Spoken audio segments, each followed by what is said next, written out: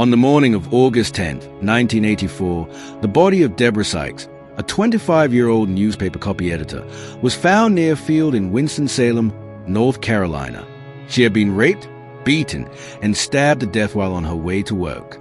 The brutal nature of the crime shocked the community and triggered intense pressure on police to find the killer.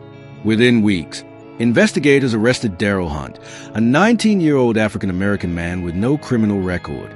There was no physical evidence linking him to the crime, but police and prosecutors built their case largely on questionable eyewitness testimony and statement from unreliable informants. At the time, Winston-Salem was deeply divided along racial lines, and Hunt's arrest fit the narrative authorities and the public were eager to accept. Witnesses claimed they had seen Hunt near the scene, though their descriptions varied, and some later admitted they were pressured to identify him. In 1985, Hunt was convicted of the rape and murder of Deborah Sykes and sentenced to life imprisonment. His conviction rested entirely on circumstantial evidence and the testimony of witnesses who were later found to be inconsistent or unreliable. Hunt maintained his innocence from the moment of his arrest.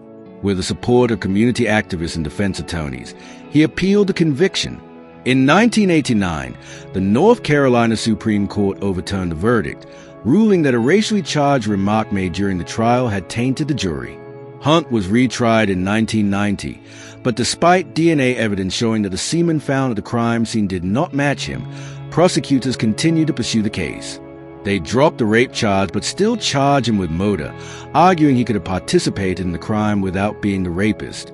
He was again convicted and sentenced to life in prison. For the next decade, Hunt and his legal team continued to fight for his release.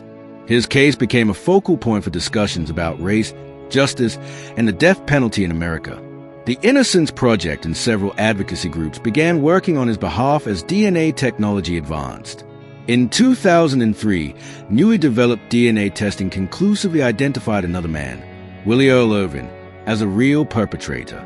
Irvin was already in prison for another murder and confessed to acting alone in the killing of Deborah Sykes. After spending 19 years in prison for a crime he did not commit, Darryl Hunt was finally exonerated and released in February 2004. His wrongful conviction was one of the most prominent examples of racial injustice and prosecutorial misconduct in North Carolina's history. Following his release, Hunt dedicated his life to criminal justice reform and advocacy for the wrongfully convicted. He founded the Darryl Hunt Project for Freedom and Justice, working to support other exonerees and to promote policy changes to prevent similar injustices. Despite his strength and perseverance, Hunt struggled deeply with the trauma of losing nearly 2 decades of his life to wrongful imprisonment. In 2016, he died by suicide at the age of 51.